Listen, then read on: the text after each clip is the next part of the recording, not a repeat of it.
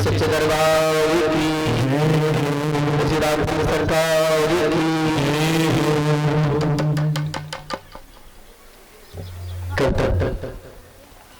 आप सभी ने कथा श्रवण किया। कल तक कथा कहाँ पहुंची थी, याद है किसी को? किसी को याद है? कल भगवान का विवाह होता। चलो यार, उनकी जो बात आई लगता है कि आप सब कथा श्रवण कर कई बार तो ऐसा होता है कि महाराज जी कथा तो सुना रहे हैं, लेकिन एक कान से सुनते हैं और दूसरे कान से गायब हो जाती है बातें। तो कल हमारे राघव का प्रभु श्री रामचंद्र जी का माँ भगवती जानी की माता का विवाह हुआ। बरमाला पहनाया गया, धनुष तोड़ करके माता जानकी ने वर्ण किया राम जी को, और राम जी ने वर्ण किया माता सीता को। लेकिन रहा विवाद चाचा अधीरा, अर्थात विवाह का तल क्षेत्र में रखा गया था, जिसे धनुष टूटेगा और विवाह हो जाएगा। और हुआ भी ऐसा। लेकिन उसके बाद भी कुछ नीतियां होती थी, कुल रीति, गांव की रीति, समाज की रीति होती कि नहीं होती? अगर नहीं होती तो जिन पुस्तकों से विवाह ब्राह्मण देवता लोग कराते हैं वही पुस्तक तो हर जगह है ना, लेकिन फिर अलग अलग गांव में अलग अलग क्यों हो जाता?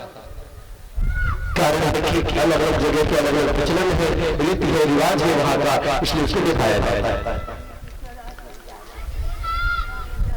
ये सारी बातें हो रही थी। अब इधर सखियों ने कहा सीता जी से, हे सिया, अब आपने बर के रूप में प्रभु राम को पा लिया है, तो उनके चरण को पकड़ो, जरा उनके पैर को छू आशीर्वाद लो। सिया जी डर गई। अच्छा तुलसी को डर क्यों रही? डरने की कोई बात नहीं थी। जब विवाह हुआ तो अपने पति देवता का पांव छोड़े न माताओं को चाहिए। सीता जी ने डर गई। कोई राम डरावने थे क्या? कोई भयंकर थे? तो राधा सीता क्यों डर गई? डरने का कारण कि रास्ते में भी विवाह करने जा रहे थे कि रास्ते में पत्थर पे पैर रखे और पत्थर नारी बनी गई। वही है कि मैं भी बताऊं और कुछ बात बिगड़ गई तो जादू है उनके पाँव में, कोई बहुत खा रही है, कुछ उल्टा सिरा हो जाए, इधर पाँव छू पता चले कि मेरी से और आगे खड़ी हो जाए।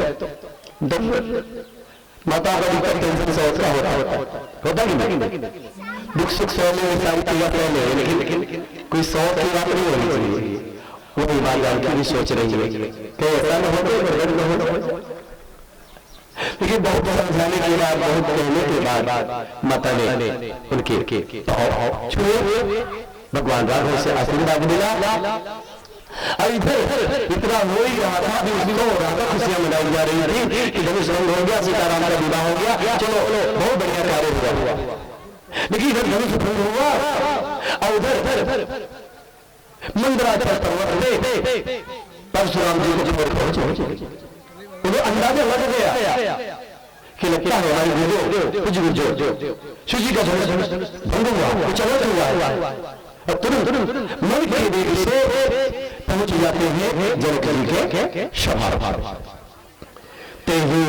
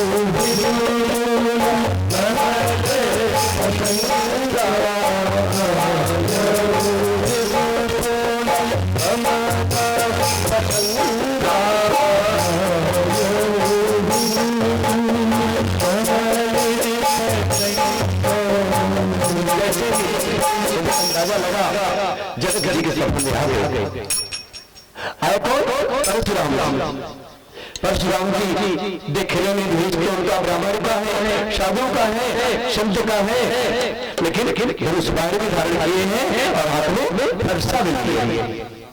अच्छा बताइए, साधु को अस्त्र लेने के लिए जो साधु उसे अस्त्र की आवश्यकता क्यों आनी पड़ी? आधा साधु दिख रहे हैं, आधा योद्धा दिख रहे हैं, है कि नहीं? भेष से तो साधु दिख रहे हैं, जो हाथ में अस्त्र है उससे तो योद्धा दिख रहे हैं। अब परशुराम जी की दुनिया को पता है कि परशुराम बड़े खतरनाक। यह देख जैसी सभा में प्रवेश लिए, इतने राजा थे अपने हाथ में खड़े हो गए, हाथ जोड़ के विनती करने प्रणाम करने लगे। अब इतना ही नहीं करते, अपने पिता का पूर्वजों का नाम ले लेके बता रहे हैं फलाने के नाती है, फलाने के बेटवा है, मेरा प्रणाम स्वीकार कर। जरा सोचिए कितना भय रहा होगा।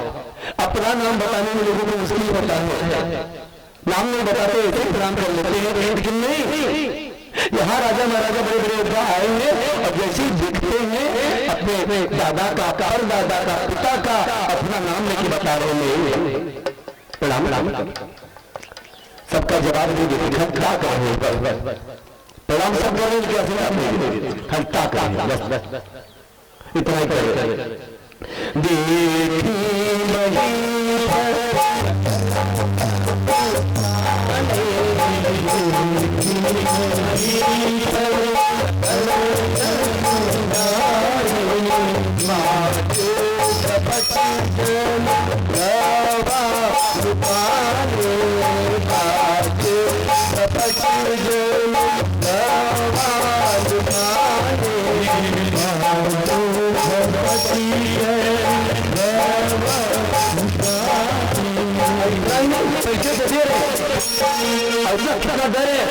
जैसे बाज आ जाए, पक्षियों के कितना बड़ा झुंड हो, ये बाज आ गया तो पक्षी रुकते ही क्या सभी पक्षी गायब हो जाते, प्राण बचा जाके भयभीत हो जाते। ऐसे लगा उनको कि बाज आ गया और सब इधर उधर भाग रहे हैं। कहीं गलती से कुछ गलती हो गई अनजाने में भी तो गए काम। इतना भयभीत सब है। अब इधर उधर देख रहे हैं, सब भयभीत हुए, बोल नहीं रहे, लेकिन अब उनकी जो विकृति है नजर टेढ़ी हुई दिखाती है, लगता है कि बोले आ जाए, फिर नहीं आ जाएगा, ऐसा मजा बड़ी सब हो रही विकृति उठला भवन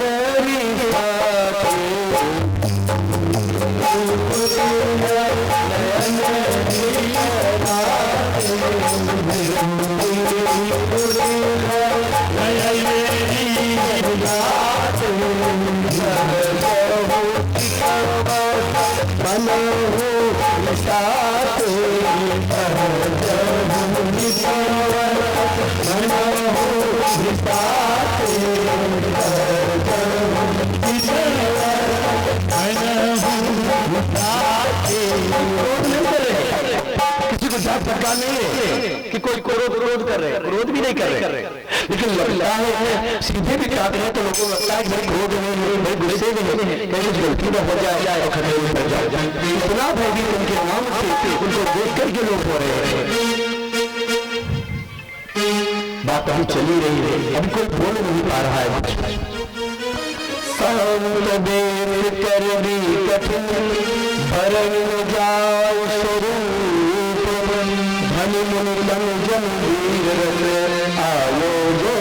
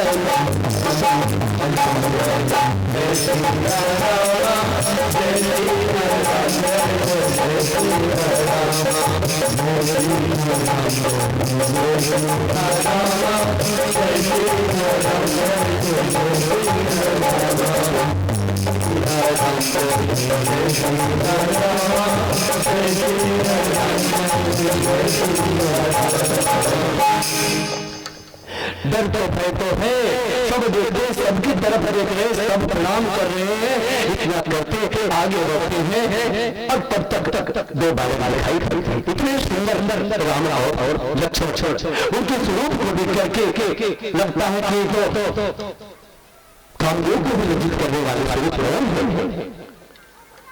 बहुरी दिनों की भी देवों में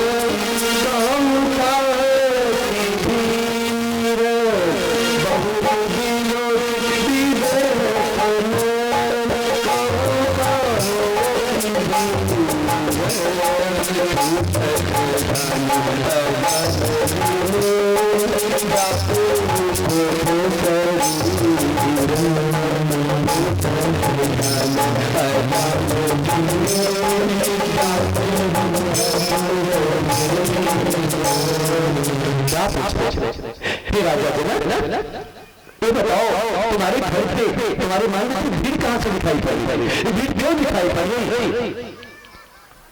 अभी तुम्हें तो खबर दिए नहीं थी, मैं भी तुम्हें कोई खबर नहीं दिया हूँ। अगर बताता हूँ कुछ लोगों बात बिगड़ जाए, लेकिन बताना भी पड़ेगा। अगर गलत बोला तो तबाही आ जाएगा, अभी उपद्रव होना चालू हो जाएगा। बोलते हैं कि मैंने अपनी जानकी का शरीर बताया है और उसी में सब आए हैं। यह बात सुन सुन मुझे अच्छा लगता और अचानक उनकी नजर कहाँ पर जाती है, वो धनुष भंग हुआ था, जो धनुष टूटा हुआ था, उस पर नजर गई। और जैसी नजर गई अब क्रोध बीमारी आग होने लगे, कहने लगे समाचार कई जनों को सुनाए,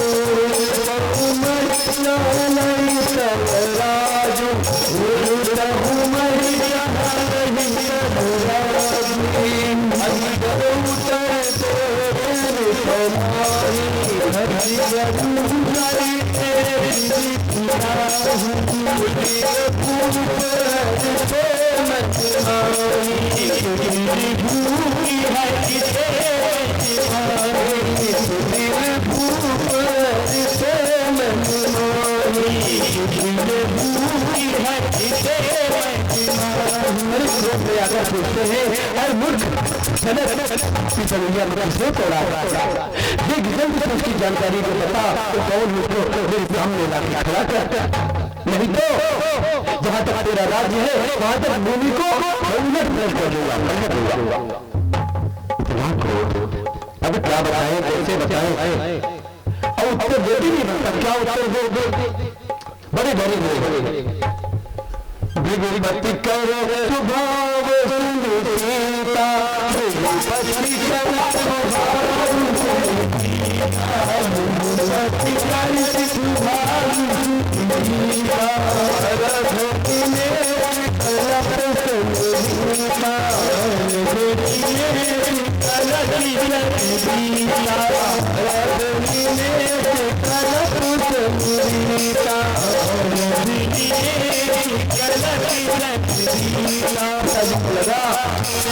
अरे मैं प्रार्थना तो माँ गौरा से करके आई, माता मेरे जीवन भर का जितना बड़ा मैंने किया वो किया, जो विजत किया दान किया उसका फल मुझे पति के रूप में मुझे राम को प्राप्त हो। और आपने मेरी विनती सुन भी ली, राम ने दुनिया छोड़ भी दिया, मैंने उनको वरण भी कर लिया, उन्होंने मुझे अपना भी लिया। नहीं प्रभु माता जी ये अचानक ऐसी बात क्यों हो रही है, ये तो सभी बात बनने वाली बात बिगड़ती नजर आ रही है। ये माता लाज रखना, बात बिगड़े नहीं, क्योंकि बात बिगड़ी तो हमारी भी नहीं, मेरी पिता की भी नाम रखेगी। भगवान बचाना, हे माता गौरा बचाना, रक्षा करना।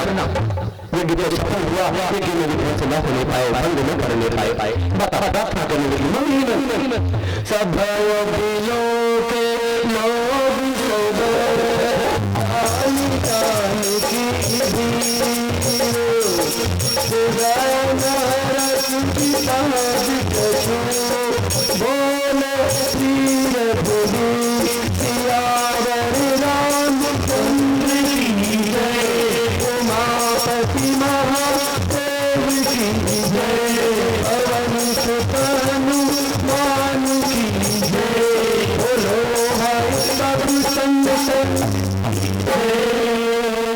भगवान को देखा नहीं गया। राम जी देख रहे हैं सीता मन में भयभीत हो रही है, और जब भयभीत हो रही है अब राघव ने तो अपना लिया ना, अब उनकी अर्धांगिनी हो गई सीता जी, और सीता जी के मन में अगर दुख हो, क्लेश हो, पीड़ा हो तो राम जी कैसे कहेंगे?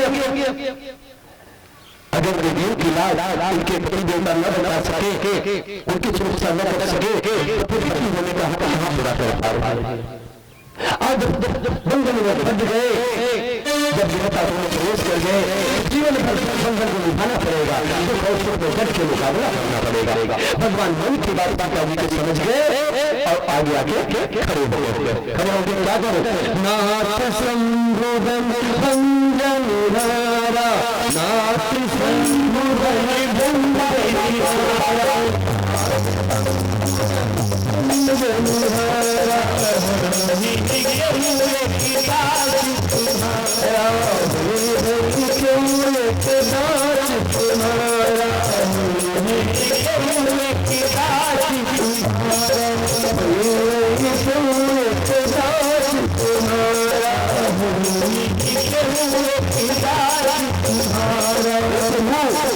इसको बंद करने वाला कोई आपका एक दास ही तो होगा, जिसके लिए तो होगा आपका अंत ही होगा। और जैसे बोले उनका क्रोध और बढ़ रहा है। और दास का छोटा सेवक, और सेवक का काम होता है सेवा करना, लड़ाई करना नहीं। और तो जिसने बंद को तोड़ा है तो सेवक का काम नहीं किया, अब तो शत्रु का काम किया है। क्या बात करे आओ चुका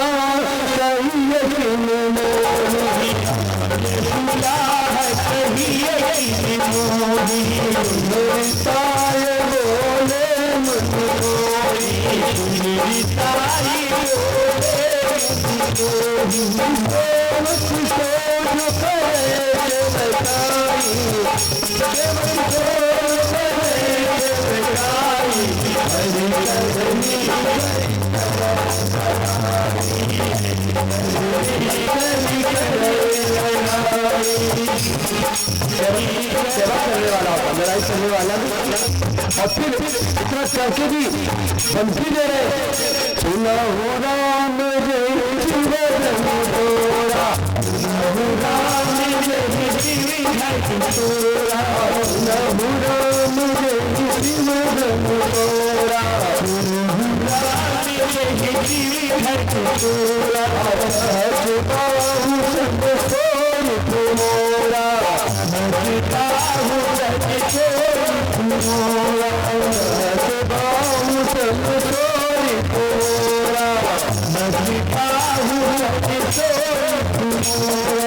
शिवरा, राम सुनो, अरे इतना बड़ा शत्रु है, सस्ता बाहू के समान शत्रु है, जिसको मैंने पल भर में पछाड़ दिया। सस्ता बाहू सबसे बड़ा मेरा शत्रु, ऐसा वो शत्रु है जिसने उसका भंग किया। अरे बात सुनते राघव प्रस्तुत है, और जो कहे उसको अलग करो जिसको भंग को जोड़ा है, लेकिन लक्ष्मण जी से रहा नहीं। राम जी को शांत बैठते हैं, लेकिन लक्ष्मण जी से रहा नहीं गया। अब लक्ष्मण जी खड़े हो गए, खड़े से क्या कह रहे हैं? सुनी मुनि बचन लखन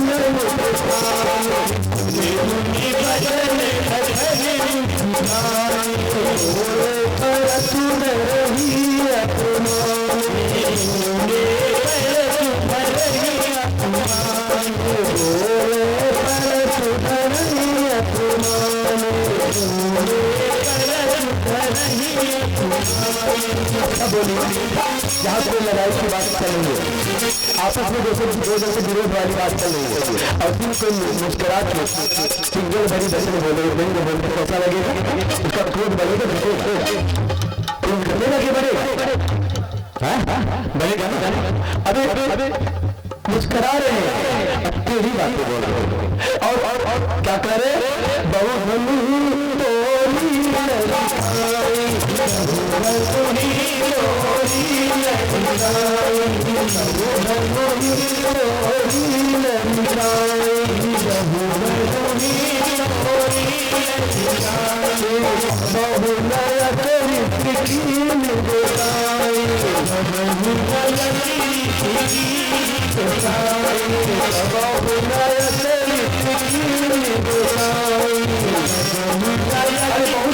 सामने मैंने तोड़ा और बड़ी संतोष के मैंने पहाड़ लगा दिया बिल्कुल तोड़ तोड़ करके, लेकिन आपने गुस्सा नहीं किया। मैं आपका आश्रम पे गया, इतनी धनुया पड़ी थी, मैं एक एक करके तोड़ता गया, तोड़ तोड़ के उसका पहाड़ जैसा लगा दिया।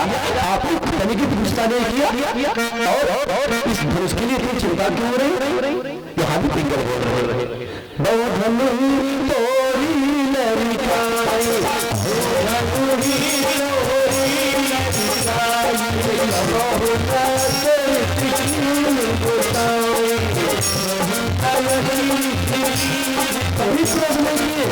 इतना काम नहीं किया जाए।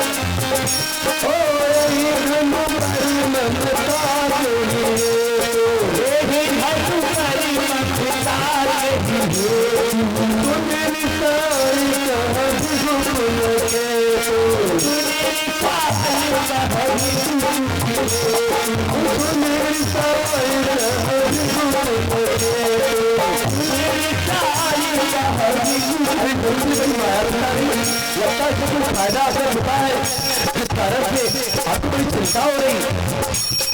अपने लाभ की बात सोच के आप गुस्सा कर रहे हो, क्रोध कर रहे हो। ऐसी बातें सुने लक्ष्मण की अब क्रोध आ गई, उसे बढ़ने लगी। जैसे मान लीजिए अग्नि में कोई घी डाल रहा हो, अग्नि जल रही हो और कोई घी डाल दे, अग्नि कम होगी तेज होगी, तेज होगी ना। वही काम लक्ष्मण जी कर रहे हैं। आज जब क्रोध अग्नि उनकी बढ़ी तो क्रोध में आके आज गुरु को फटी। अर्थात परशुराम जी क्या चाहते,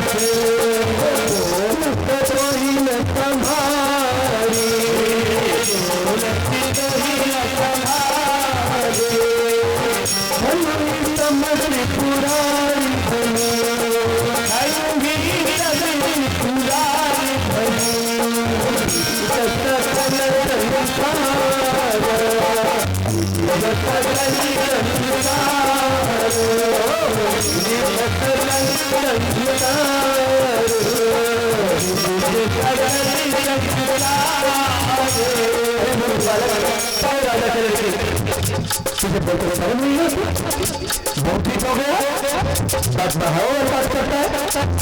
तुझे बालक समझ के मैं छोड़ रहा हूँ, समझ ले तू काली के हवाले होने वाला क्या? मेरे क्रोध को नहीं जानता, मैं सोच को संभाल के रखा हूँ। समझिए बात सोच कर रहा, अभी तुझे काली के हवाले कर दो। और तू जो धनुष की बात करता है, बहुत सारी धनुया बचपन में तेरे दिया तो धनुया अलग, लेकिन धनुष फूटा है और धनुयों में अंतर मुझे नहीं समझ में आता। वो धनुया राजा महाराजाओं की थी, वो धनुया निष्ठुरों की थी और अन्य लोगों की थी। यह धनुष मेरे पूज्य गुरुदेव और महादेव की धनुष है। महादेव की धनुष सब पुरुष के बराबर समझ रखा है। अभी भी बच रहा है, समझ जा, अन्यथा तेरा काल सभी और समझाते बात कराते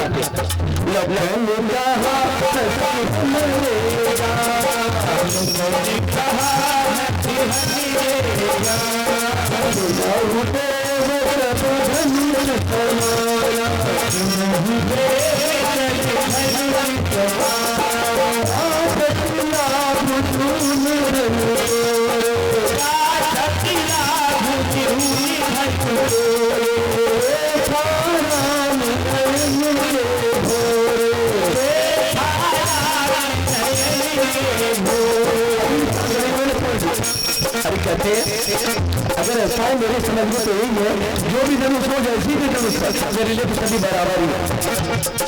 अब चिंता क्या करोगे, चिंता मत करो।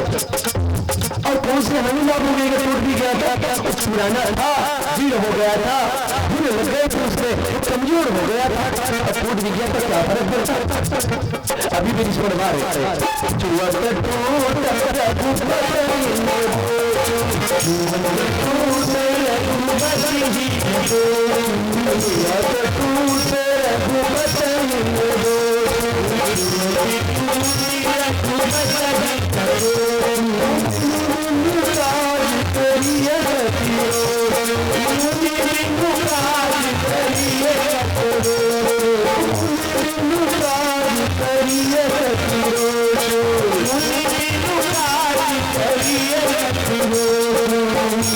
छूने से ही टूट गया। मेरे भैया ने थोड़ा सा अपने आप से मात्र छूने मात्र टूट गया। लगता है आप मौजूद नहीं थे, आपके बिना मौजूदगी का विवेक टूट गया, इसलिए आपका है गुस्सा लगता है। आप भी सोच रहे होंगे कि मैं भी जोड़े बार माता और इसके लिए धन के रखा गया था, शायद पिताजी नहीं दर्द करना। यही सोचते तुम्हें लगता है कि मैं रहता नहीं तो तोड़ देता, आपके गले में दरमाना पड़ेगा, इसलिए तुम्हें बाहर आया क्या? ऐसा मत करो।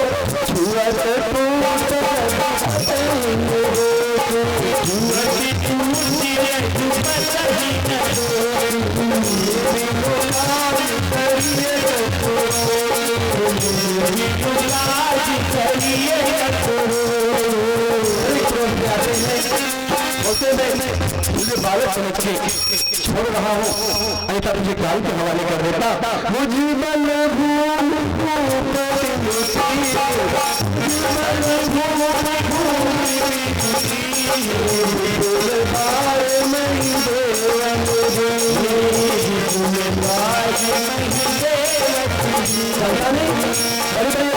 प्रयास करके मैंने स्थिति को बड़े बड़े राजाओं से मुक्त कर दिया। मेरे बारे में नहीं जानता, बहुत सारी बातें होती है।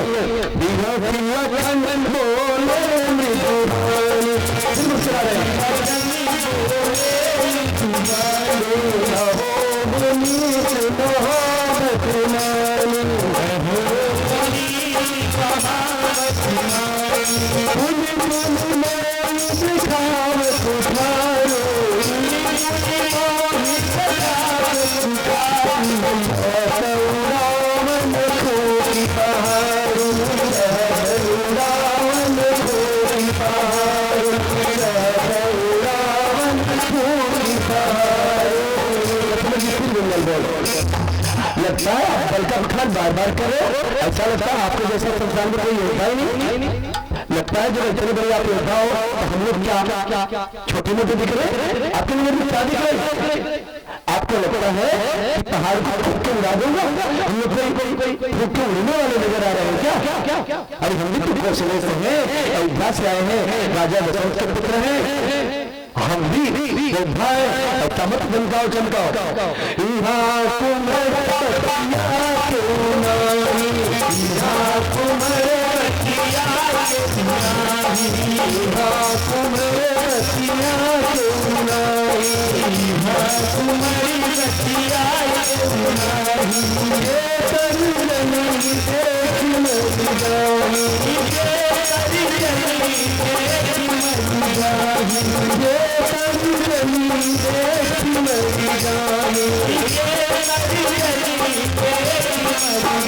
आपको लगता है क्या मैं तुम्हारी की बतिया हो क्या? क्यों उंगली दिखा दो तो मर जाएगा? आपके नजर में तुम्हारी की बतिया नजर आ रहा है? ऐसे नहीं है, हम भी योद्धा हैं। ओ सूरो नहीं सुंदर हरी जने रुगाई, सूरो नहीं सुंदर हरी जने रुगाई, सूरो नहीं सुंदर हरी जने रुगाई, सूरो नहीं सुंदर हरी जने रुगाई। हमारे कुलई में परम सुराई, हमारे कुलई में परम सुराई, हमारे कुलई में परम सुराई, हमारे कुलई में परम सुराई। बजेता पुरत तीरथ हारे, बजेता पुरत तीरथ हारे, भारत रूपा परियत हारे, भारत रूपा परियत हारे, भारत रूपा परियत हारे, भारत रूपा परियत हारे। जय सिया राम जय सिया राम, जय सिया राम जय सिया राम, सीता राम जय सीता राम, सिया राम जय सिया राम जय सिया राम, जय सिया राम जय सिया राम। लक्ष्मण जी कहने लगे सुनो हमारे कुल की रीति है कि हमारे कुल में कोई ब्राह्मणों पे हाथ नहीं उठाता, ब्राह्मणों को अस्त्र नहीं उठाता, गाय के ऊपर अस्त्र नहीं उठाता, महिलाओं के ऊपर अस्त्र नहीं उठाता, देवताओं का सम्मान करता है।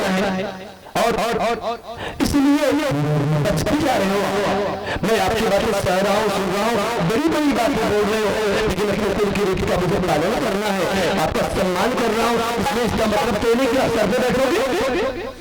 और एक दूसरी बात, आप ब्राह्मण और ब्राह्मण से लड़ने में, जीतने में और हारने में दोनों तरफ से हार हमारी। अगर मैं जीत भी गया तो दुनिया में है कि ब्राह्मण से लड़ाई किया, इससे ब्राह्मण का सम्मान किया जाता, तो वहां भी हार होगी। और अगर हार गया तो हार तो बदले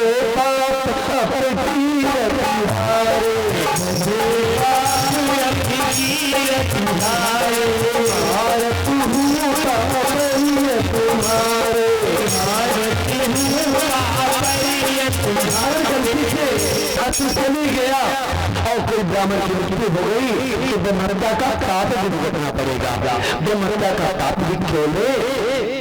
और अगर गलती से हो भी गया तो भी हमें उसके मुक्ति के लिए पूजा पाठ करना पड़ेगा, बचने के लिए अनुष्ठान करना पड़ेगा।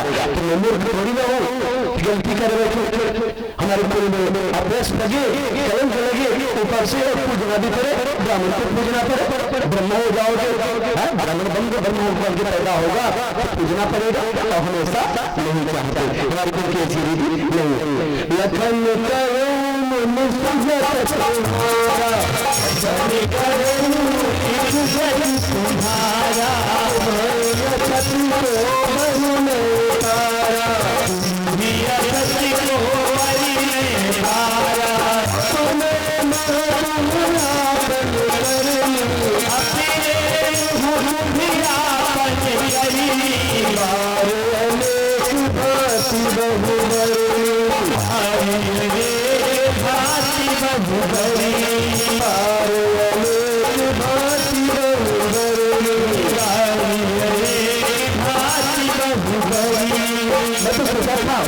जब आप आए तो मैं तो सोच रहा था कि मैं आपकी तारीफ के पुल बनाऊं, आपकी तारीफ करूं, आपका सम्मान बढ़ाऊं, आपका आदर करूं, क्योंकि जिस दिन से आपको मिले और आप अपना बदनाम स्वयं अपने मुंहों से बार बार लेते हो। जितनी बार गए, एक बार नहीं कितनी बार कह चुके, मैंने कितनों को फरसे से मार गिराया, 17 को मार गिराया, मेरे जैसा एक नहीं कि जब अपना बदनाम स्वयं आप करते हो तो मैं क्या बदनाम करूं, इसमें मेरा क्या दोष है? बताइए मेरा दोस्त है क्या इसमें? क्या बात सुनते हैं कभी बात और बोलते लोग वीर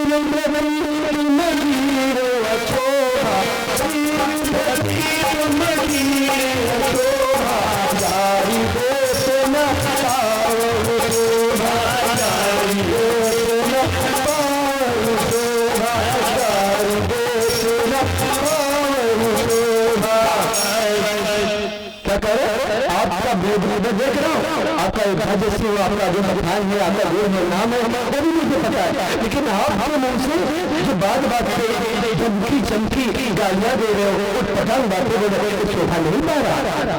इसलिए मुझे नहीं लगता है आप एक बार तो हो कि कहीं नहीं कमजोर भी अब और खड़े हो जाते हैं।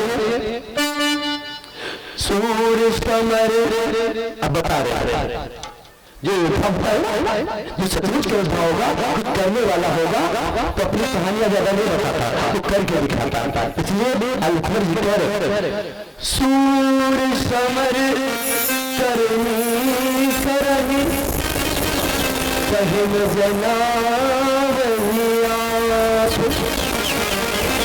विद्यमान रंग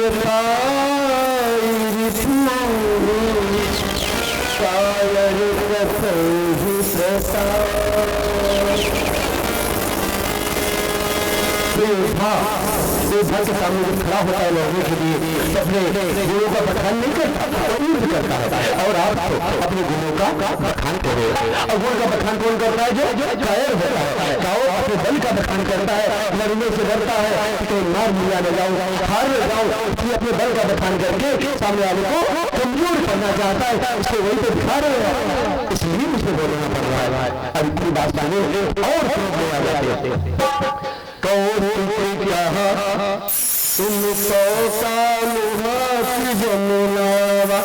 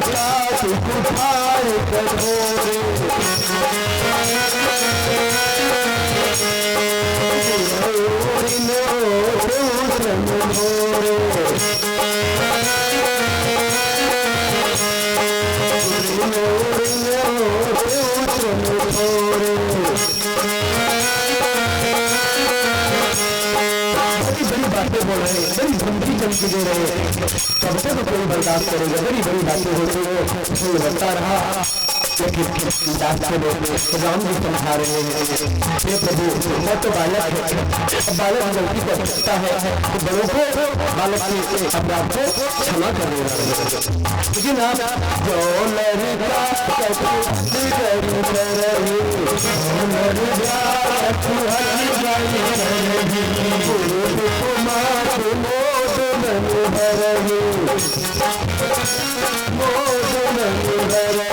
बालक को अपराध करता है तो माता पिता उसको बड़ी सजा नहीं देते, समझा बुझा के छोड़ दो। लेकिन आप तो ऐसा समझ रहे हो लगातार बच्चे को धमकी दे रहे समझा रहे हो, सारी बात समझाने पर भी आज नहीं समझ पा रहे, बार बार बुखार दिखा रहे हैं, अपना फंसा दिखा रहे, मारने को उद्यत हो रहे। और इतना ही नहीं, जब राम जी समझाने आए कि आप महामुनि हो, ब्राह्मण हो, संत हो, संत हो, महात्मा हो, आपको तो बालक समझ के छोड़ देना चाहिए। तो अपराध मैं मानता हूँ किया, लेकिन आपको क्षमा करना चाहिए। यह बात बड़े क्रोध में आते और कहते हैं अरे राम तू अपने भाई की पक्ष लेके बात करता है, तू भी तो बड़ा अपराध नहीं है, लगता है कि सारी पूरी गांठ तेरी है, तेरे ही अपराध के कारण बढ़ता जा रहा है। अब तो सारी बात कहवा भी रहा है, मेरा खुशी उड़वा रहा है, बार बार मेरी तरह उसको बचाव कर रहा है। अगर तू है ऐसा कर रहा है मैं तुझे भी नहीं छोड़ूंगा, समझ ले क्या समझता है, मैं तुझे भी नहीं छोड़ूंगा। बोलो राम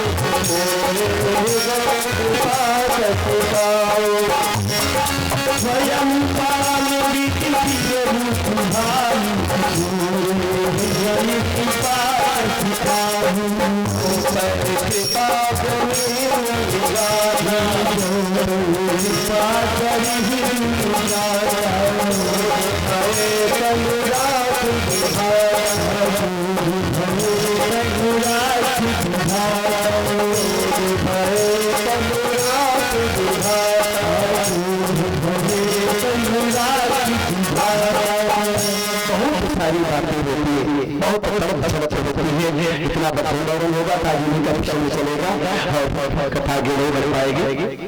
सारी बात समझाते हुए लक्ष्मण जी को समझाते, राम जी भी समझा रहे हैं, लक्ष्मण गरज रहे हैं, लेकिन लक्ष्मण जी कहाँ पीछे रहने वाले, या तो परशुराम जी कम है या लक्ष्मण जी कम है। अब दोनों में से एक कमजोर हो जाए तो झगड़ा समाप्त हो जाए, लेकिन दोनों अगर लगातार बराबरी कर रहे हैं तो कैसे झगड़ा समाप्त होगा। अच्छा बताइए, दोनों लड़ रहे हो तो अगर एक शांत हो जाए तो झगड़ा शांत होगा ना। अब दोनों बराबरी में लड़ रहे हैं तो झगड़ा बढ़ेगा घटेगा, नहीं घटेगा ना, बढ़ता जाएगा। माताओं में अक्सर झगड़ा होता है, माताएं आपस में थोड़ी छोटी बात में बड़ी बड़ी बात और झगड़ा विशाल होने बन जाता है उसका, और घर परिवार में बड़ी लंबी लड़ाइयाँ चल जाती है। ऐसा ही था, एक लड़का था, माँ बेटी बहू रहा करते थे, तो सास बहू को पता नहीं, सास बहू आपस में हुआ करते थे। अब बेटा बेचारा अकेला था, माँ का लौटा बुलारा, क्या करे और माँ का पक्ष भी कैसे लेना पड़ेगा, पत्नी का पक्ष दोनों लेना पड़ेगा। कई पत्नी के विपक्ष बोला तो पत्नी खाना पीना नहीं बनाओगी, झगड़ा हो जाएगा। माँ के खिलाफ बोला तो नाराज हो जाएगी, माँ का एक ही बात है, कौन देखेगा माँ को, बेचारा संभालता रहा, लेकिन समझता नहीं। कहीं से काम धंधा में कोई काम करके आए तो जब आए घर पे तो सास माँ अलग बैठी है, उसकी पत्नी अलग बैठी है, और दोनों में एक ही ताने चल रहे। बेचारा करता पढ़ने निकालता काफी समय बीत गया, लेकिन मन हल्का नहीं हो, झगड़ा समाप्त हुआ। वो विचार किया कि चलते किसी गुरु महात्मा के पास, संत के पास चलते हैं, रात को रास्ता मिल जाए, मेरे घर का झगड़ा समाप्त हो जाता है। अच्छा था, मैं कहीं से आता हूँ मेहनत करके, अच्छा होता है कि कहता आराम करो, मुझे पानी करके, और वहाँ आने को झगड़ा सुनना पड़ता है, काम भी बंद करो तो कल जाऊँ तो जाऊँ कहाँ पर बेचारा। एक दिन विचार किया, एक बाबा जी कहीं पास में ही रहते थे, उनकी कुर्सी पे गया लड़का और जाकर के बाबा जी को प्रणाम किया और कहने लगा, बाबा जी मेरे घर में बड़ी कला है। बाबा जी का क्या कला है बताओ तो सही। अरे भाई जहाँ परिवार है, 4 लोग रहेंगे, वहाँ झगड़ा लड़ाई छोटी रहती है, समझ लो उसको आपस में समय में बना लो। लड़का बोला 4 परिवार वाले नहीं है, एक मेरी माँ है, मेरी पत्नी है और मैं हूँ, एक ही परिवार है, कोई नहीं। और इतनी भी लड़ाई है, बाबा जी का बहुत मुश्किल बात है। तो 4 लोग ज्यादा लोग हैं, 2-4-10 लोग हैं, हो सकता लड़ाई, लेकिन तुम भी एक लड़की हो माँ की और तुम्हारी पत्नी एक बहू है, तो लड़ाई होती तो अच्छी बात होती है। बाबा जी ने कहा फिर क्या करना चाहिए? लड़के ने कहा कोई उपाय बताओ तो मेरे घर का झगड़ा समाप्त हो जाएगा। बाबा जी ने कहा ठीक है, अगर ऐसी बात है तो एक दिन अपनी माँ को अपने पत्नी को दोनों लेके आओ मेरे यहाँ, और मैं उपाय कर दूंगा, उसको उपाय करने के बाद तुम्हारी घर का झगड़ा समाप्त हो जाएगा। लड़का सोचा कि अच्छी बात है, ये दो अच्छी बात बताइए, झगड़ा समाप्त हो जाएगा जिंदगी भर का। चलो गया माँ से बड़ा आग्रह किया, अंदर विनय किया, माँ चलो आश्रम तो हम मंदिर भगवान का दर्शन करेंगे। हमारे बाबा जी बच्चे बड़े जानकार है, इनसे कुछ अपने घर के बारे में पूछेंगे, हर घर में समस्याएं होती हैं, रात का दूसरा हमारे घर का भी सुधार हो जाएगा। माँ तो तैयार हो गई, पत्नी के पास गया, पत्नी तैयार होगी, या तो तुम्हारी माँ जाएगी या तो मैं जाऊंगा, दोनों में एक ही है, इसको ले जाना पहले फैसला कर लो। बेटा बोला अरे आपने पता मेरी माँ है ना, बावली हो गई, इसका दिमाग नहीं काम करता, तो चिट्ठिया गई है, कोई बात नहीं, तुम समझदार हो, मेरी समझ लो, घर में संभालने का तुम्हारा अधिकार है। मुझे लोग ऐसे भी बिगड़ जाते हैं, कुछ उसको समझाए बुझाए, उसके बाद भी नहीं माना, उसके बाद वो नहीं मानी, तब उसने कहा सुनो एक बड़ी गुपचुप बात भाई कहना मत। उसने कहा क्या? उसके पत्नी ने कहा क्या गुपचुप बात? मैंने बाबा से बात पूछ के आया है, अब बाबा बताए कि अगर उपाय कर लोगे भैया धीरे अपने आप से मर जाएगी, परलोक से मर जाएगा और झगड़ा समाप्त हो जाएगा। बिना झगड़ा करे परलोक चली जाएगी, तुम भी खिलाओगी तो भी परलोक चली जाएगी। ऐसी बात है क्या? हाँ तो तैयार होने चलने के लिए जान गए कि हमारे रास्ते का कांटा फट जाएगा। ऐसा सोच करके तैयार हो गई, साथ ही बहू भी बेटा भी तीनों साधु दिए, तैयार होकर के चल बाबा जी के आश्रम। जब आश्रम में गए बाबा जी को प्रणाम किए, तीनों ने प्रणाम किया। गुरु तो सबके हैं, महात्मा से सबके होते हैं, प्रणाम किए, आशीर्वाद पाए, फिर साथ अलग और बहू अलग। तब तब तब बूढ़ी माँ के बच्चे को बाबा जी ने बुलाया, मेरे बेटा अरे कोई हाथ लाया है क्या, इधर से तो कोई बर्तन लाया है क्या? तो लड़का बोला नहीं बाबा जी कोई बर्तन तो नहीं लाया हूँ। तो बाबा जी ने कहा एक पात्र मेरे पास है, एक पात्र में मैं एक औषधि दे रहा हूँ और वो औषधि को ले जाना, मेरा पात्र में उतार देना और जैसा मैं नियम बताता हूँ नहीं करना। बाबा जी की बात से लड़का बोला बताइए नियम क्या है? तो बाबा जी ने बोला मैं तुम्हें नियम नहीं बताऊंगा, नियम तो तुम्हारी बहू को तुम्हारी पत्नी को बताऊंगा और जब तुम्हारी पत्नी करेगी उपाय तो दुनिया अपने आप से समाप्त हो जाएगी धीरे धीरे और हमारी घर का झगड़ा भी समाप्त हो जाएगा। इस बात सुन बहू को बुलाने गया, बहू आ गई बाबा जी के पास। बहू ने कहा गुरु जी बताइए क्या उपाय बताएं? मेरे बेटा अगर औषधि देने से शत्रु मर जाता हो तो जहर देने की बिना देना, मेरा ऐसा उपाय सरल है, देखते देखते बढ़िया जैसे आराम हो जाएगा। बहू ने कहा गुरु जी जल्दी बताइए, मैं जो आप बताओ जरूर करूँगा, कठिन से कठिन काम होगा वो भी करने को तैयार है। मैंने बाबा जी कोई कठिन काम नहीं, एक मैं औषधि दे रहा हूँ वही है, थोड़ी नियम का भी पालन करना पड़ेगा। उसने कहा नियम क्या है? बोले औषधि लिक्विड है, पानी के जैसा दिखेगा, लेकिन जब तेरी बड़ी बात झगड़ा करने लगे ना, एक काम करना एक घुट मुंह में रख लेना, मुंह को बंद कर लेना, एक घुट मुंह में रखकर मुंह को बंद कर लेना और जब तक वो झगड़ा करे गाड़ी पे मुंह को बंद रखना, मुंह खोलना ही नहीं और न उसको उगलना न निकल, न उसको पीना न बाहर उगलना, दोनों मुंह में रखना जब तक वो झगड़ा करती रहती। देखना ज्यादा समय नहीं लग गया, एक पखवाड़े में तुम्हारा झगड़ा समाप्त। अब गुरु जी तो बता दिया और बोले बेटा अगर गलती करोगे और नियम नहीं पालन करोगे अनिष्ट हो जाएगा, अनर्थ हो जाएगा। बोले गुरु जी ठीक है मैं करने का तैयार हूँ। गुरु जी ने बता दिया, दे दिया, लेकर के पात्र में लेकर लौटे। अब बुढ़िया भी कर गई और उसकी बहू भी बेटे भी गए। बुढ़िया में झगड़ा करना बंद कहाँ होगा? बुढ़िया जो बात में ताने देती है तेरी माँ ने क्या दिया, हमें तो कुछ दहेज में मिला ही नहीं, मेरे घर में बहू बन के आ गए, तमाम तरह की बातें बुढ़िया बोलना चालू कर दी। अब बाबा जी की बात याद है, बाबा जी ने कहे क्या अक्सर भी तो मुंह में रख लेना और बंद रखना। अब गई दूसरे घर में गई और सभी मुंह में डाले वो बंद। बुढ़िया झगड़ा कर रही, गाली दे रही माँ को, भाई को, उसके बाप को, बेचारी अंदर रोज तो बहुत कर रही लेकिन बोली तो कैसे जल में पानी है जो भी औषधि बुढ़िया खुद झगड़ा करी लेकिन वह जवाब नहीं। आज बुढ़िया खुद झगड़ा करी लेकिन अच्छा कमजोर हो गई, अकेले झगड़ा नहीं करता, झगड़ा तो अकेले कम होता है।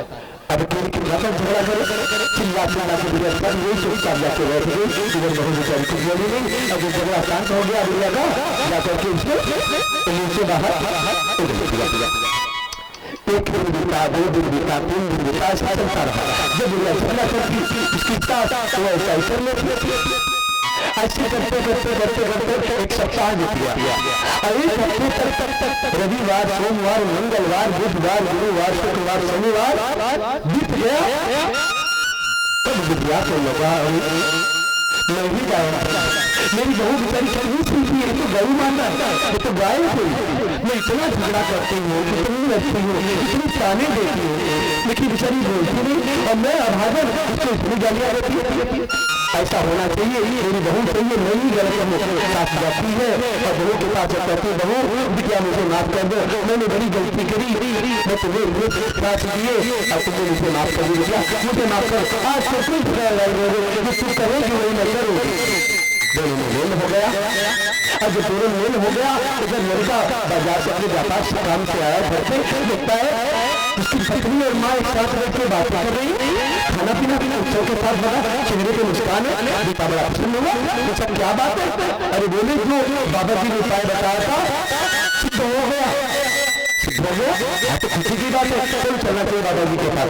उन्होंने ले लिए बाबा जी के लिए उपहार लेके गर्भ ऋषि आहार लेकर के वस्त्र आदि लेके बाबा जी के आश्रम में पहुंच गए। पहुंच करके गुरु जी को प्रणाम किए और भेज दिए। देने के बाद में गुरु जी ने पूछा बेटा बोलो तुम्हारे घर का हालचाल कैसा चल रहा है? तो बेटा ने कहा महाराज जी चमत्कार हो गया, आपने कहा था पखवाड़ा लगेगा, 15 दिन लगेगा, ये तो 15 दिन में नहीं 7 दिन में हल हो गया। अरे सास बहू दोनों साथ मिलकर रहते हैं, खाते हैं, पीते हैं, बातें करते हैं, कोई झगड़ा नहीं लग गया। बाबा को लिखा बहुत बढ़िया, बहुत बढ़िया जो उपाय बताया था तो बढ़िया लागू हो गया। अच्छा पूछेगा नहीं मैंने उपाय क्या बताया था, बेटा पूछेगा नहीं। अच्छा सास को भी बोला, अपनी बहू को बोला, अपनी को भी बोला, अपनी माँ को भी बोला, अब तीनों साथ बैठ मेरे पास तूने बैठ गए। जब बैठ गए तो बाबा जी ने कहा बेटा मैंने कोई औषधि नहीं दिया, मैंने कोई दवा नहीं दिया, मैंने कोई टोना टोका बंद करके नहीं दिया, मैंने को उपाय पाया। बेटा बोला बाबा जी कौन सा उपाय किए? बोले मैं ऐसे में पृथ्वी में जो मेरा मटका है पानी भर के रखा हूँ पीने के लिए, उसी में से गया एक मटके का पानी भर के उसने दे दिया। अगर दे दिया तो विश्वास किया मटके के पानी को, अगर बुरा होने लगता वो मेरे लेती और बोली कहा था मटके बंद रखना, एक झगड़ा के बाद दूसरा शांत रहेगा, कुछ समय बाद झगड़ा अपने आप से समाप्त हो जाएगा। मैंने तो थानेदार का बताया झगड़ा तो समाप्त तुम लोगों ने मिलकर किया, अगर तुम नहीं करते तो संभव नहीं हो पाता, इसलिए बड़ी वजह है झगड़ा समाप्त हो जाता है, जो लोग शांत हो जाते झगड़ा समाप्त हो जाएगा। इसी वजह से अब झगड़ा बढ़ता जा रहा है। परशुराम जी का और लक्ष्मण जी का भगवान जी समझा रहे मान जाओ नहीं मानते, इतना करते करते राम जी के ऊपर क्रोधित हुए। राम तू भी बड़ा पापी है, इधर उधर आता है, तुझे झगड़ा कराता है और पश्चिमी भाई का पश्चिमी क्यों नहीं करता? अगर सारी बातें आ गई राम को भी चैलेंज दे, अगर तू राम है अपने आप को राम कहता है उसे युद्ध कर, अगर क्षेत्र में मैं तुझे बड़ा भूख करता हूँ। अच्छी जब बातें करते हैं तब राम जी से बर्दाश्त नहीं होता। राम जी के बहुत बोल रही है अभी तक मुझे जहाँ तक बोले तो ठीक है, लेकिन मेरे कुल के गौरव को ललकारोगे, मेरे ऐश्वर्य को ललकारोगे, मेरे तेज को ललकारोगे तो नहीं बर्दाश्त होगा। ठीक है कोई बात नहीं, मैं अच्छा कभी कभी जब के लगता है कभी दिखा के नहीं भागता, सो मैं लम्बे को तैयार होकर चाहिए लम्बे को तैयार होता और जब से करने सोचने लगे अरे आज तक मेरे सामने कोई खड़ा नहीं हुआ जवाब देने के लिए, करने के लिए खड़ा हो गया। इतनी बात सुन के घबराते हैं, घबरा कर सोचते हैं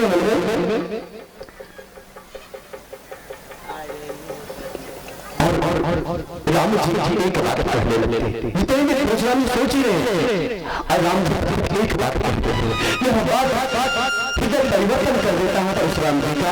परशुराम जी को समझ में आ गया है।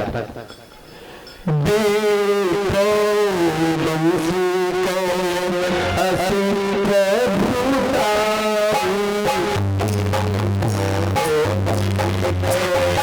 असि प्रभुता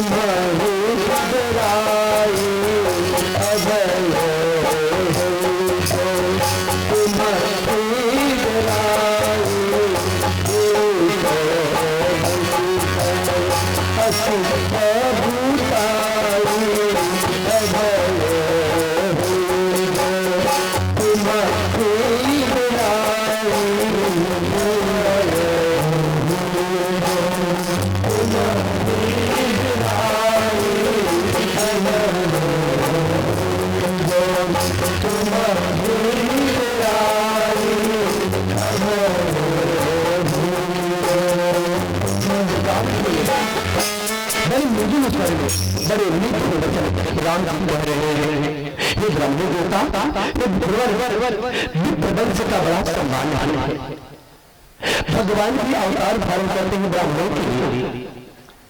मैं तो राज्य कुल में पैदा हुआ, मैं कौन सा बड़ा होता हूँ और भगवान स्वयं ब्राह्मण को पूजने के लिए आते हैं, उनका सम्मान करने के लिए, आदर करने के लिए आते हैं, उनकी रक्षा करने के लिए आते हैं। हम कैसे लड़ सकते हैं आपसे?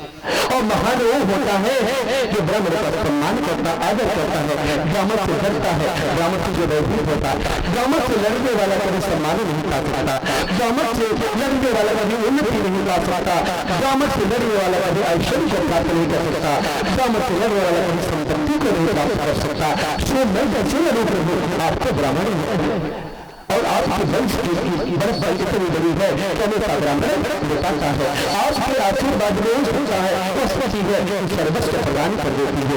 हमको लड़ने से कुछ नहीं मिलेगा, अभी तो आपको प्रणाम करने से सब कुछ मिल जाएगा। तो ब्राह्मण को प्रणाम करना हमारी शोभा है, वरना हमारी शोभा नहीं है। अब जैसे कहे परशुराम जी प्रकट हुआ, अरे अरे अरे अभी मैं लड़ने की बात कर रहा था, झगड़ने की बात कर रहा, इतने ऐसे ऐसे गलत शब्द बोले हमने, लेकिन यहाँ राम ऐसी बानी बोलता कोई साधारण मनुष्य नहीं हो सकता, लगता है वो कुछ और ही है। और सोच सुनो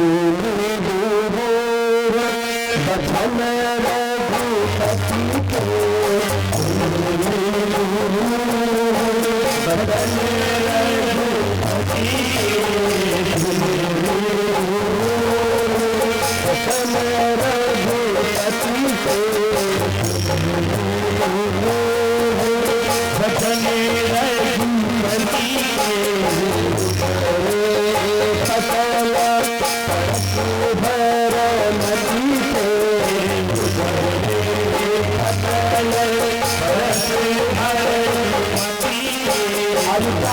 रघुपति हो गया, दिमाग चेंज हो गया, बात कुछ और है। उन्हें लगा कि लगता है प्रभु का अवतरण हो चुका है। ध्यान दिए, ध्यान में भगवान के स्वरूप का दर्शन करने लगे। साक्षात नारायण है, विष्णु है। आज अपनी गलती को एहसास कर रहे हैं, फिर भी मन में शांति नहीं हो रही। हो सकता है मेरा भ्रम हो, जो मैं ध्यान में पा रहा हूँ वही दूसरे। तब मुझे लगा कि जो विष्णु का मेरी बात धनुष है, इस धनुष पे बाण चढ़ा ले तो मैं समझ जाऊंगा कि भगवान का अवतार है। समझ कर आज वही बात कहते हैं परशुराम जी राम से, राम रमापति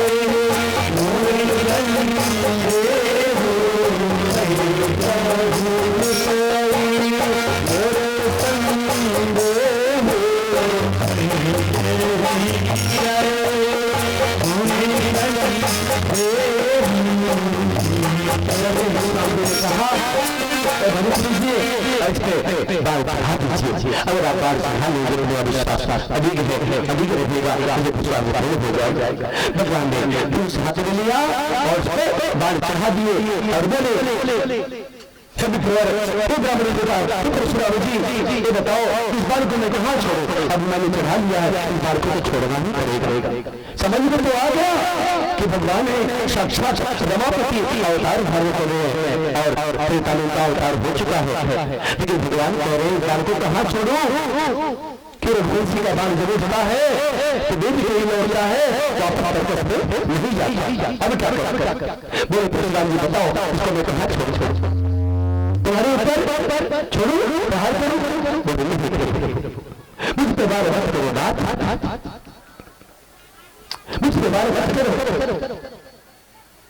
तो भगवान ने कहा क्या करूं? फिर तुम्हारे देव को नष्ट करूं? तुम मनोवेग से कहीं भी पहुंच जाते हो अचानक। परशुराम जी ने कहा मेरे मनोवेग को मत कमजोर करो, क्योंकि मैंने गुरु जी को वचन दिया था जब दान में भगवान का दान में दे दिया तो रहू कहा। गुरु जी की आज्ञा का पालन करना था, तो गुरु जी से मिला हुआ मुझे ध्यान है कि मैं नंदा पर्वत पर रहता हूँ, कहीं भी रहूं लेकिन इसे हिमाचल पर्वत पर ही रहना पड़ता है। तो मेरा मनोबल छूंगे मैं कैसे आऊंगा जाऊंगा, कहाँ पहुंचूंगा? तो बोले प्रभु राम बोलो अब मैं क्या करूं? क्या तुम्हारे पुण्य को नष्ट करूं, तुम्हारे धर्म को नष्ट करूं, तुम्हारे वंश को नष्ट करूं? परशुराम ने देखा मेरे प्राण को छोड़ दो, मेरे गति को रोक लो, मेरे गुरु गति को छोड़ दो, कि मेरे जितने धर्म क्षेत्र हैं, जितना धर्म करे थोड़े हमने लोग कमाए हैं, सारे लोगों को नष्ट कर दो प्रभु, लेकिन मुझे छोड़। तब भगवान ने इस बाण को संधान किया। वह बाण संधान होने के पश्चात इतने पूरे लोग थे भगवान जी के, तभी पूरे लोगों को नष्ट करते हुए इतना उनके पर परशुराम जी भगवान का प्रणाम करते हैं। प्रणाम करके मंदिर पर जब लौट गए इधर खुशियां छा गई, खबर में उत्सव होने लगा। तब तक खबर आई अब देश के आचार विचार के अनुसार से कार्य कर लेते हैं। बात तो अधूर था कि रुकेगा और बरमाला पहनावे विभाग विवाह हो जाएगा, लेकिन कुल रीति के पालन करते हुए विवाह का नियम वैदिक नियम से विवाह होना चाहिए। गुरुजनों ने कहा पहले किसी भेजी जाए योद्धा में, वहाँ से बारात आए और जब बारात आए बारात का स्वागत होगा, नियम से विवाह होगा। जनकपुर से चिट्ठी भेजी जाती है अयोध्या के लिए, अयोध्या में चिट्ठी लेकर उनका संदेश प्राप्त हो जाता है, चिट्ठी बांटी जाती है। हर किसी पहुँचते हैं और सतनंद पहुँचते हैं और पूछते हैं चिट्ठी कहाँ से आई है, बात बताइए। तो बताया जाता है वो जनकपुर से पाती आई है, पाती में संदेश है कि राम ने धनुष को जोड़ा है, उनका विवाह पिता के साथ संपन्न हो रहा है। बड़ी खुशी मिली, उनके मन में लगा इतने दिनों के बाद जब गुरु जी के साथ गए थे तब से लेकर आज इतनी जगह को सुख खुशियों भरा संदेश आया है। अभी माताएं पूछने लगी कि हमारे सुकुमार बालक इतने बड़े धनुष को कैसे तोड़ दिए, राजा महाराजा जो नहीं कर पाए हमारे कुमार बालक कैसे कर लिए। तब वो हमें कहता है अरे वो तो अलौकिक बालक है, देखने में बालक जैसे हैं, काल के समान है, उनका काल भी नहीं दे सकता। सारी प्रशंसा करते गए और बोलने लगे साक्षात नारायण है, तो बोले तो बोल गई सारी प्रशंसा। समय निर्धारित होता है, अयोध्या से बारात पहुंचती है और बारात स्थान करते हुए गणेश के लिए अलग अलग ढंग से रथ वाहन सजाए जाते हैं, बारात में अलग अलग ढंग से व्यवस्था बनाई जाती है और इसमें युवा जवान बूढ़े वृद्ध सभी बारात के लिए प्रस्थान करते हैं। अब बारात के लिए प्रस्थान करते हैं, बारात आगे जाने लगती है।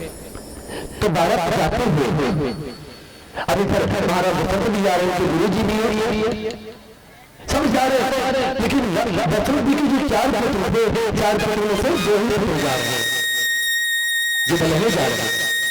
अब कुछ भी नहीं कर रहे, ताकि माताएं दिखने लगी बड़ी सुंदर बारात जा रही, बड़ी सुंदर बारात बढ़ती जा रही, कहाँ से आ रही, किसी ने पूछा है बारात कहाँ से रही और जा कहाँ रही। तो बरातियों ने कहा बारात तो अयोध्या से आ रही है और जा रही भरत मिथिला के लिए बारात आ रही है। तो ठीक है, बारात भी बड़ी सुंदर है, बारात अयोध्या से जा रही है और जा रही जनक प्रेम से, विवाह कहाँ बारात जाते रही लेकिन बारात में दूल्हा नहीं दिख रहा। आके बताइए दूल्हा तो जब नहीं है तो दूल्हा कहाँ से लाए, दूल्हा तो वहाँ पहले तो पहुंचे। बड़ी लज्जित हो गई, सुंदर बारात की बड़ी बातें हैं सारी, अब पता चलता है दूल्हा नहीं, लज्जित हो गए। पिता जवाब दे अभी लोग बेचारे जवाब अगर आगे बारात करी, पूछा गया गुरुजनों से बताइए क्या उत्तर दी, तो लज्जित हो गए, कोई जवाब ही नहीं हमारे पास। बारात में दूल्हा कहाँ है, चाहिए दूल्हा ने क्या जवाब देंगे, हमारी तो बेइज्जती हो रही। सत्य जी गुरुदेव ने कहा हे बारातियों, हे अवधवासियों, अच्छा बताओ भरत कैसा रहेगा और शत्रुघ्न कैसा रहेगा। भरत की छवि राम से मिल रही है ना, बोले हाँ। शत्रुघ्न की छवि लक्ष्मण से मिल रही है ना, बोले हाँ। बोले अभी जब कोई पूछे तो कह देना कि भरत नहीं बोला है और लक्ष्मण का भाई, कोई बता देते रास्ते में तमाम तरह के लोग होते हुए बारात पहुंच जाती है जनकपुर। जनकपुर पहुंची, खबर मिलती है, जनकपुर में स्वागत होता है, जलपान कराया जाता है, द्वार पूजन का व्यवस्था किया जाता है, द्वार पूजन होता है और उसके बाद विवाह का व्यवस्था की जाती है। उधर जनक राजा से आरती की जाती है, व्यवस्था विवाह की सारी रीति की जाती है। एक ही साथ महाराज दशरथ के चारों पुत्रों का विवाह राम भरत लक्ष्मण और शत्रुघ्न का संपन्न हो जाता है। दोनों के सारी कन्याएं सीता उर्मिला मंगली और सूची ऐसी चाल चल रहा है। वहाँ से वो सबका विवाद संपन्न हो जाता है। कुछ काल तक वहाँ पे रहते हैं, आमोद प्रमोद होता है, विनोद होता है, हंसी मजाक होता है, गालियाँ गाई जाएगी, बड़ी सारी बड़ा विस्तार है कथा में। मुझे बनना पड़ेगा आगे नहीं तो तीन दिन से राजा ने कहा पूरा करना है कथा। तो ऐसी बातें होती हैं, करते जाते हैं और फिर एक भजन सुनने वाले लोगों को बता दें।